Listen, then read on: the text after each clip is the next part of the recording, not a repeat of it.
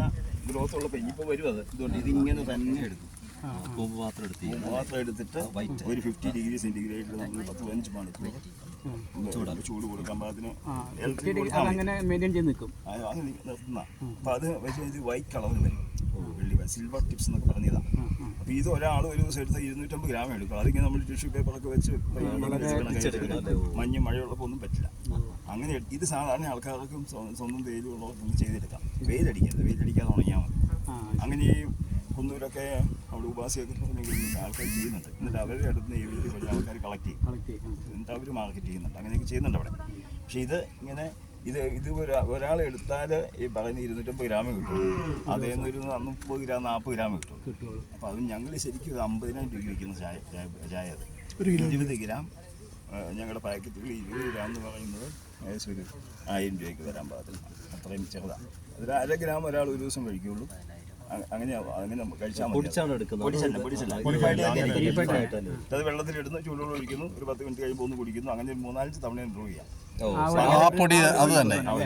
അങ്ങനെ ഗൾഫിലൊക്കെ ഉള്ള കുറേ ഈ IT-ലൊക്കെ പണിയുന്ന കുറേ പേരൊക്കെ നമ്മൾ വാങ്ങിക്കുന്നുണ്ട്. കളർ വ്യത്യാസം ഉണ്ടോ? അല്ല, വെറും പച്ചവെള്ളം പറ്റി. കളർ വ്യത്യാസം ഉണ്ടെങ്കിൽ അത് അല്ല അങ്ങനെയുണ്ട്. പക്ഷെ നമ്മൾ ഈ പറയുന്ന വൈറ്റ് എന്ന് പറയുന്നതിന് കളർ അത് പെർമനൻ്റ് അല്ല. അങ്ങനെ ശരിക്കും സാധനം എടുക്കുന്നത്. അത് ആൾക്കാരിങ്ങനെ അറബികളൊക്കെ ചെയ്യും. ഒത്തിരി ഹെവി ഫുഡൊക്കെ കഴിഞ്ഞിട്ട് പെട്ടെന്ന് ദഹിപ്പിക്കുന്ന അങ്ങനെ എല്ലാ പ്രോപ്പർട്ടീസും ചായക്കുണ്ടത്. അപ്പം അതങ്ങനെ കഴിച്ചിട്ട് അതിന് ഗുണവും ഫീൽ ചെയ്തിട്ടാണോ മറ്റൊരു മേടിക്കുന്നത്. എന്ത് സാധനം ഉണ്ടാക്കിയാലും റിപ്പീറ്റഡ് കസ്റ്റമർ എപ്പം വന്നോ രക്ഷപ്പെട്ടു. കാരണം ഒരാൾ സാധനം വാങ്ങിച്ചിട്ട് അയാൾ പറയാം അത് തന്നെ മതി എനിക്ക്, അല്ലെങ്കിൽ അത് വേണമെന്ന് പറഞ്ഞ് വീണ്ടും മേടിച്ചാൽ തീർന്നു. നിങ്ങൾ എന്ത് സാധനം ഉണ്ടാക്കിയേക്കും. അല്ലെങ്കിൽ ഇപ്പോൾ ആൾക്കാർ പറയില്ല ആ പാക്കറ്റേ ഉള്ളൂ, ആ പരസ്യമേ ഉള്ളൂ, എല്ലാ സാധനം പോലെ എന്ന് പറഞ്ഞാൽ പെട്ടെന്ന് മാറും. അതുകൊണ്ട് ആ മാർക്കറ്റേ ഇനിയുള്ളൂ. നമ്മൾ വിചാരിക്കും മറ്റേതിന് ഇഷ്ടംപോലെ ആൾക്കാരുണ്ട്, നമ്മൾ അതിൻ്റെ പുറകെയൊന്നും പോയി കഴിഞ്ഞാൽ ഇനി രക്ഷപ്പെടുകയില്ല. പക്ഷേ ഏറ്റവും നല്ല സാധനം കുറച്ച് അളവിലുണ്ടാക്കി നല്ല പ്രീമിയം പ്രൈസിന് വിൽക്കുക. അങ്ങനെ തന്നെ പോയാൽ ഇനി രക്ഷപ്പെടുള്ളൂ. ഇപ്പം ഞങ്ങൾ ഈ സ്വിറ്റ്സർലൻഡിനൊരു അവിടെ ഒരു ബയോസ് ഉണ്ട്, 4 വർഷമായി. അവർ ഞങ്ങളൊരു ഈ ഓർഗാനിക് സാധനങ്ങൾ വാങ്ങിക്കുന്ന അവരെ ഞാൻ 2 ദിവസം ഇവിടെ കൊണ്ട് താമസിപ്പിച്ച് അവരെ പഠിപ്പിച്ച് എന്താണ് ഓർഗാനിക് ഫാമിങ്, എന്താണ് സാധനം എന്നൊക്കെ പറഞ്ഞ് അവർ വീഡിയോസൊക്കെ എടുത്ത് അങ്ങനെ അവരത് വിൽക്കുന്നത്.